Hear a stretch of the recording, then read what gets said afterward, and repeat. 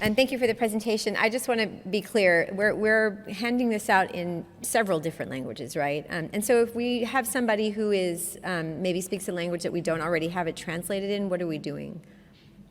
In terms of language access, what's great about our documents is we updated it by including very clear contact information.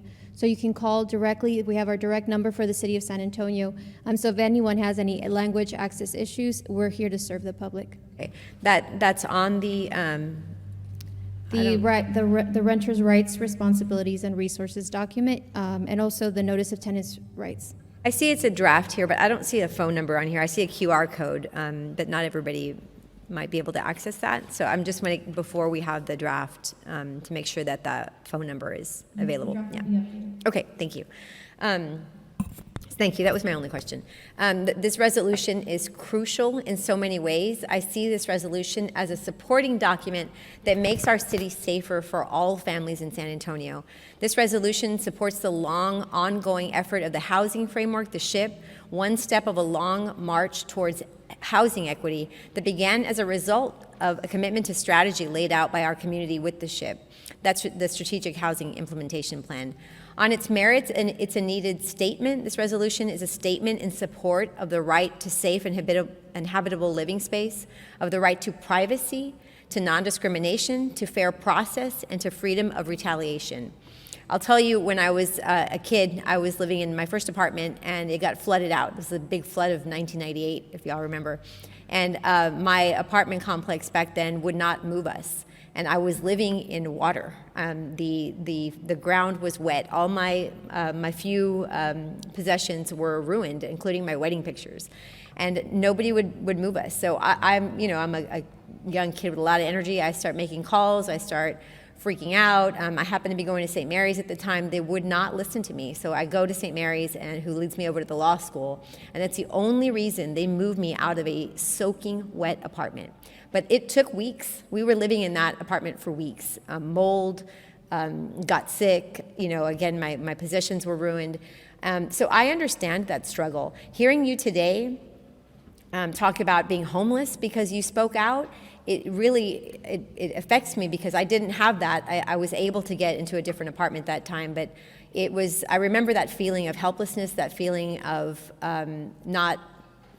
people not thinking that my health and safety mattered.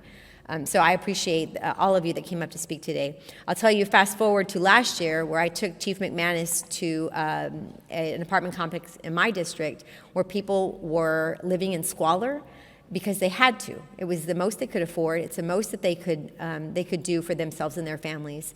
And these are working people, and they were living in roach-infested, very dangerous, crime-ridden area, and to this day, we're still working on that. This draft we've taken out there, we've talked to people about it, but ultimately, at the end of the day, what everybody is afraid of, and many of you spoke today, was about retaliation.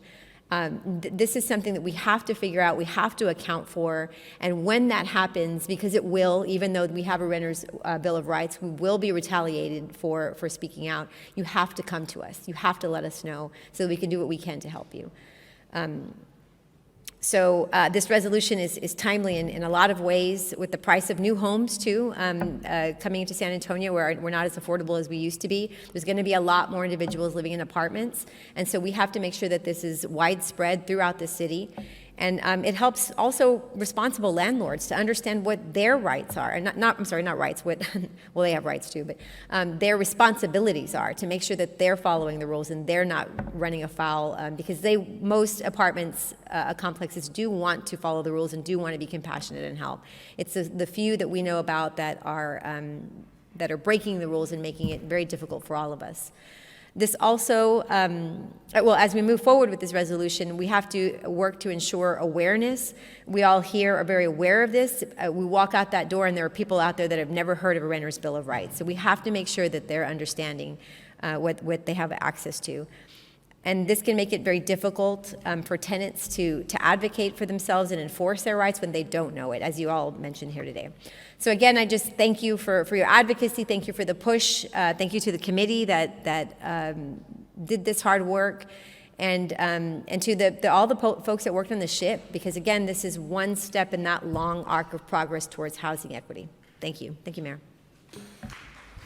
Thank you, Councilmember Cabello Havrda. Councilmember Castro. Mayor, may I make a quick clarification for Sure. Councilwoman Havrda? The notice of tenants' rights document that is required to be posted for anyone who's being evicted for non-payment of rent, we do get it translated in about 10 different languages and make that available to landlords. And then, as Veronica mentioned, we also have a hotline where they can call if they want to request it in a different language. Just real quick, do we have a number where they can call if they are being retaliated against? Yes, that is Okay. on the notice of tenants' rights. It's 210-207-5309. Okay. It's kind of in the middle of the document. Okay. All right, wonderful. Thank you so much.